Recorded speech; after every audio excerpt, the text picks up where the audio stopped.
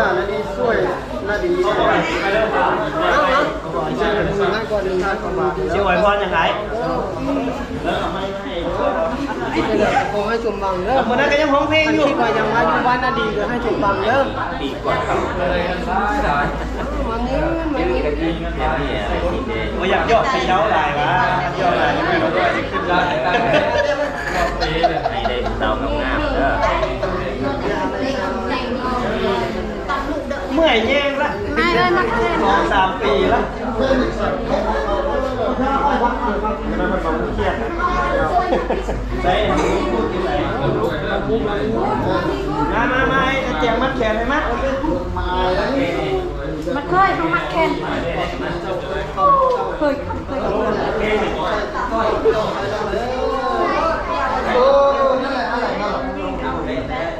ไปเบิ่งไปเลยชื่อเจ้าว่าเจ้าเบิ่งมันบ่จ๊ะพอสุกบัดนี่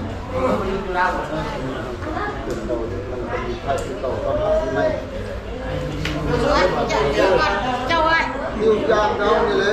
นอนต้องทำขึ้นถึงนี่ดิมาเคย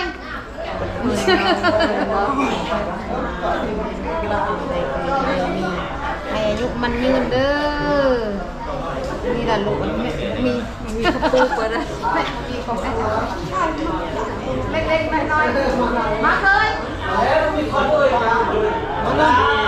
จะเอาที่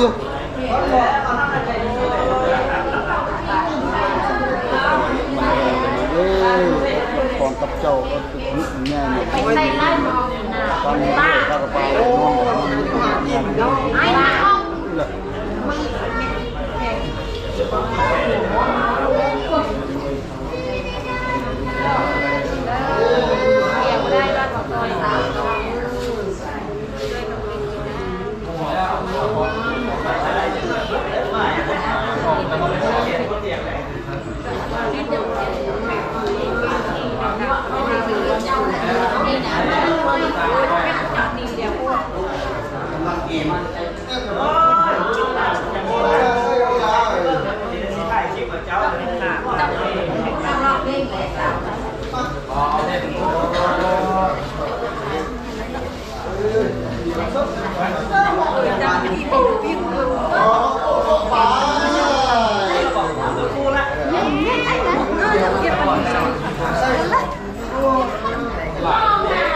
ไม่มีจอกให้เลยไหมเอาจอกมาให้เลยไหมดีแล้วนะจอกมาเลยจอกให้เลย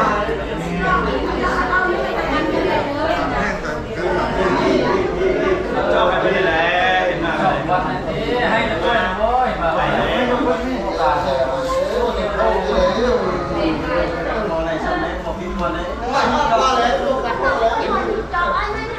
พ่อเนี่ยก็ได้เนี่ยหลายเลยเด้อบ้านบอกว่าจะได้สาม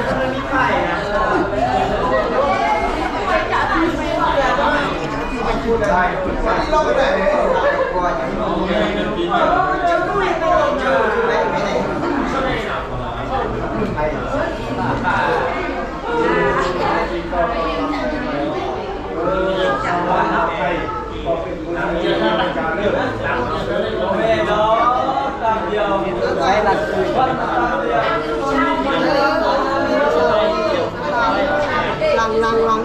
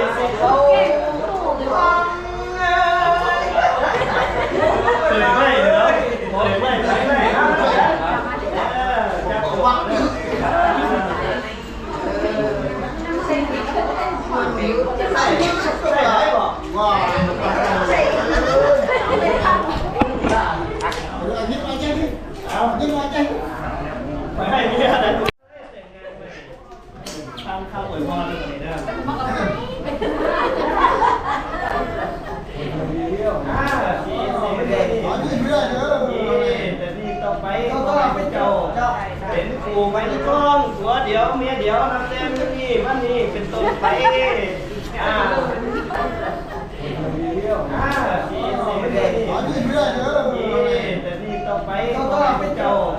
เป็นครูไปที่กล้องหัวเดี๋ยวเมียเดี๋ยวทำเต็มที่มันนี่เป็นต้นไปไปฟังนะหัวเดี๋ยวไปกลับขึ้นมายาวมาเลื่อนเด้อตอนนี้เมียน้อยอยู่ใส่ใครเข้ามาเด้อมาเด้อก่อนเลย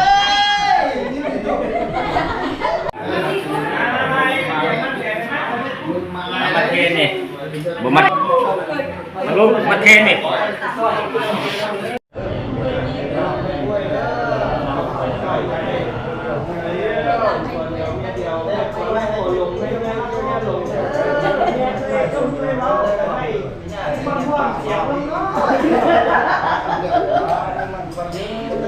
ส่วนมากไปท่ายผู้สาวกับให้ท่ายแต่เล่า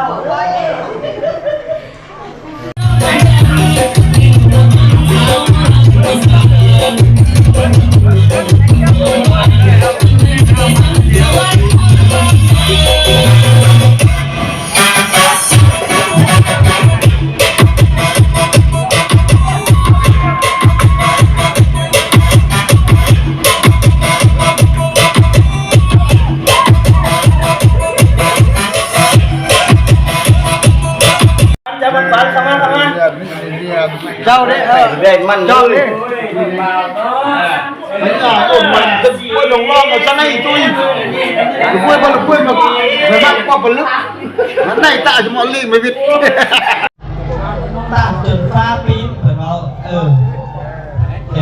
เอาจนฟ้าปีนเด้อขอให้สร้างผลงานหลายๆเนาะเอากันมา3 ปีแล้วยังบ่มีผลอย่างเลยหวยพรอยากให้เพิ่นได้ลูกได้เต้าหาก่อน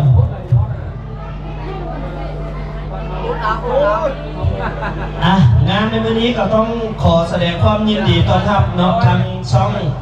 วิถีชนบทเนาะช่องใหญ่ประจำแขวงขมวนของพวกเฮาเพิ่นก็เดินทางมา500 กิโลเพิ่นว่าเดินทางมาลาเมียมานี่ลาเมียใหญ่บ่ลาเมียน้อยตายเพื่อนเมียบอกมาแล้วจะร้องอดใจรอหน่อยนึงอดใจรอให้มันเสร็จสิ้นพิธีก่อนเงียบกันไปเรื่อยๆแดนเซอร์นาดีอดใจรอเอาแม่เท่าออกมาดิ เท่าออกมาให้คนให้ส่งอยู่นอกพี่ไม่เท่าเอ้ยออกมาแน่ไม่เท่าออกมาให้คนให้ส่งแน่อย่าพอเสียงเนาะเอาเลยอย่าพอเสียงทุกสิ่งทุกอย่างกับพี่อย่าพอเสียงเนาะแล้วเขากับบริเขากับดีมากอันนี้อาจารย์เนาะมาสอนหน้าอาจารย์ก่อนขออย่าได้เบาพวกเองบอกเลยทั้งนี้ทั้งว่าอยากจะบอกหลายที่จะพูดก็ที่ว่าจะได้ไม่บอกพวกออกเลย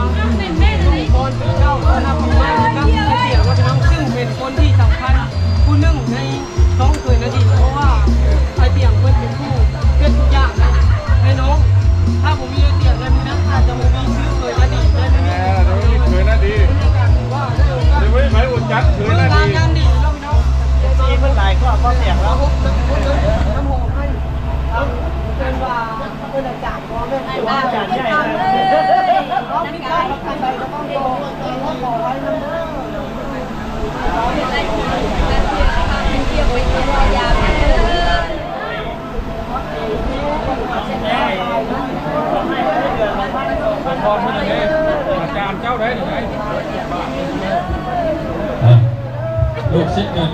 พวกน้ำดำบัวตัวนักคุยได้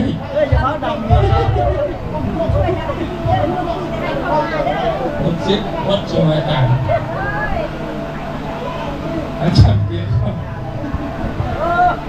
นี่จะพวกเป็นพระอาจารย์เนาะ นี่จะพวกเป็นพระอาจารย์ลูกศิษย์ลูกหาขึ้นเราได้หน่อยการเป็นตอนยังมาผมว่าเลยนี่ยังมาผมไม่ทำยังไหลน้องพลอยยังเลยน้องพลอยยังไม่ประสบผลสำเร็จเลยพดน้ำดำหัว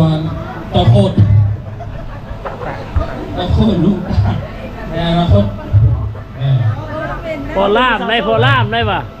เป็นพอล่ามเพราะฉะนั้นเป็นพอล่ามดวงตาแล้วเลยใหญ่เนี่ย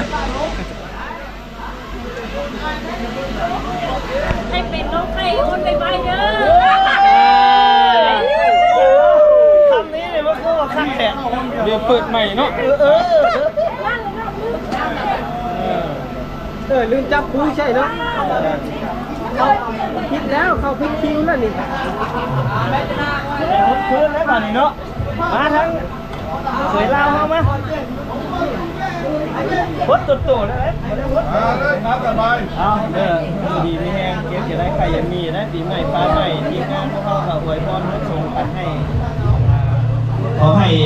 ได้เลือกได้งานสมความมุ่งมั่นปรารถนาไปเนาะจะได้ลงเรียนลงงานไป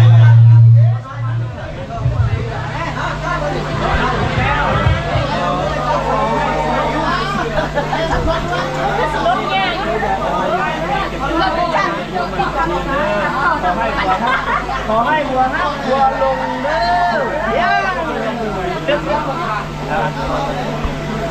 แล้วคนต้องมากันมาลงฮักไอ้ต้อมกันลงฮักตื่นมานี่แหละลงฮักเมียเอาเ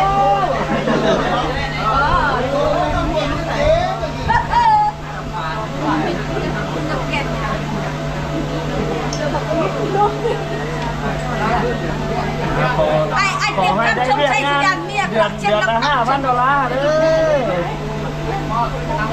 เฮ้ยทีมเขาแล้วบัดนี้เขาเสียฮดคนแล้วบัดนี้นะ ทดมือก็ได้นะ เดี๋ยว แล้วบัดทีเพิ่นได้ไหน นี่หาอาจารย์ดีเด้อบัดนี้เด้อเอาพร้อมเลยบ่พร้อมเลยบ่ พร้อมแล้วรุดทำไรรุด หมดจำได้แล้วหมด ใส่อยู่นี่ให้โซกมานปะนิ่นปะนั่งหลายๆเด้อมาเฮ้ย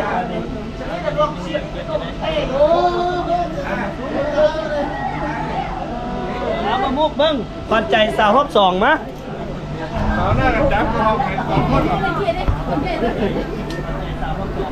แต่ว่า2บ้านพุ่นคอเด้อ ให้สมบังครับสาวสาวยังสาวแป้งพ่อบักอายพ่อบักอายพ่อบักอายเหรอเอาเลยเอา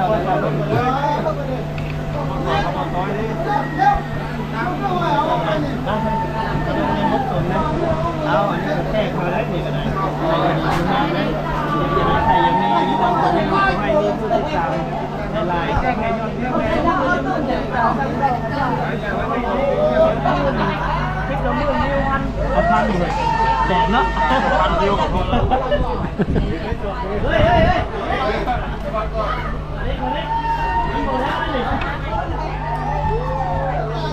อาจารย์ใหญ่กว่าลูกศิษย์จิ้มมาแล้วอาจารย์คนเนี้ย ยังไรยังไปเท่าไร ยังมีหลายๆอยู่ ขอให้เรื่องผู้สาวน้อยมาให้ กี่คนเนาะขอบใจเนาะน้องลุงขอให้โชคมาร่ำรวยคือกันเด้อมาผ่านไปเลยเนาะกดจำสอนเด้อ เดี๋ยวเบิ่งพี่น้องไปจะมีช่องดอกไม้ด้วยช่องบางคนเรื่องอักษรนักมา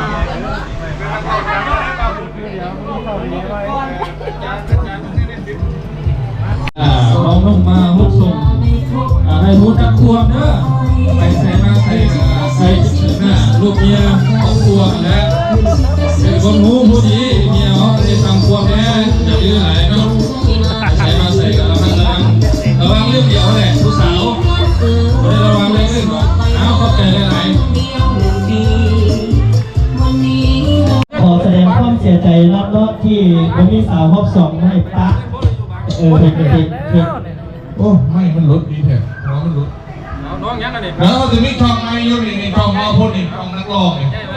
ว่าแต่ไทยมีเพลงอื่นหมดเพลง เดี๋ยวเอามาให้แมวมองเบิ่งเลยเด้อ อะไรพระเอกที่ไหนอ่ะพูดพระเอกเลยนะพูด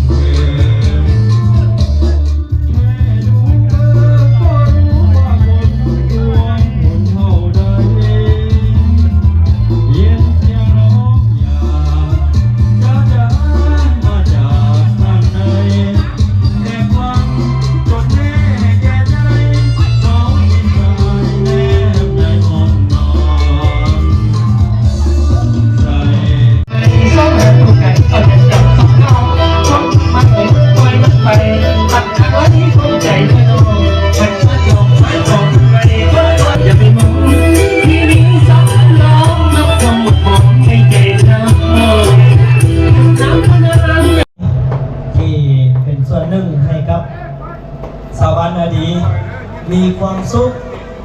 มีความม่วนซื่นเนาะหวังว่าปีนี้คงจะเป็นความทรงจำให้กับพี่กับน้องบรรณดีเฮาปีหน้า เอากระสิเฮ็ดให้มันม่วนซื่นกว่านี้เนาะบางคนม่วนซื่นก็จนให้เพิ่นว่าเนาะบางคนก็ชินฮอดจนให้บางคนก็อยากได้จนให้บางคนก็อกหักจนให้เนาะพิเศษครั้งเบาต้อมสาวจ้อยขออวยไสให้พรให้อยู่ดีมีแฮงให้ประสบผลสำเร็จกับหน้าที่การงานเนาะเพิ่นว่าอยากลงเรือก็ขอให้ได้เวียกงานที่สมความมุ่งมา่ปรารถนาบ่แต่คำหน้ากายก็พาพี่พาน้องพาทีมงานได้ม่วนได้ซึ้นได้สำนีเนาะหวังว่าโอกาสหน้าจะได้ครับกำลังแห่งเสียแห่งใจจากพี่น้องบ้านนาดีแล้วก็ท่านผู้ชมทั่วโลกเนาะให้การสนับสนุนทีมงานเตียงคำหน้ากายวันนี้ก็สิขอลำลาครับก่อนเด้อไอ้น้องปองไปทางผู้ใหญ่บ้านนำเด้อขอให้เมียฮักเมียแพง ขอให้เมียจุบเมียดมเมียหอมกลับก่อนเดี๋ยววันนี้เด้อพี่น้องเด้อบอเตียนกลับก่อนเด้อบอพูดเด้อขอบใจทั้งบอต้องสาวใจนะทำหลายๆเนาะพี่น้องแล้วก็อายเพิ่นก็มาทางครอบครัวบ่าวบ้าวกองไส้แล้วก็บ่าวมุกบ่าวสุขสารอ้นแล้วก็อันนี้สาวจะขออวยพรไส้ให้ครอบครัวทุกท่านจงมีแต่ความสุขความเจริญร่ำรวยขอให้คิดสิ่งใดขอให้ได้สมดังปรารถนาเด้อก็ขอบใจชาวบ้านนาดีทุกคนพี่น้องแล้วก็พิเศษสุดก็คือไอ้ใหญ่ใจดีเตรียมข้ามแล้วก็ในบ้านนาดีในบ้านโล่งในบ้านทรายในบ้านหน่วยงานทุกคนพี่น้องชาวบ้านนาดีที่มาร่วมงานในบ้านเล่แล้วก็ไอ้เลยน้องบ้านนาดี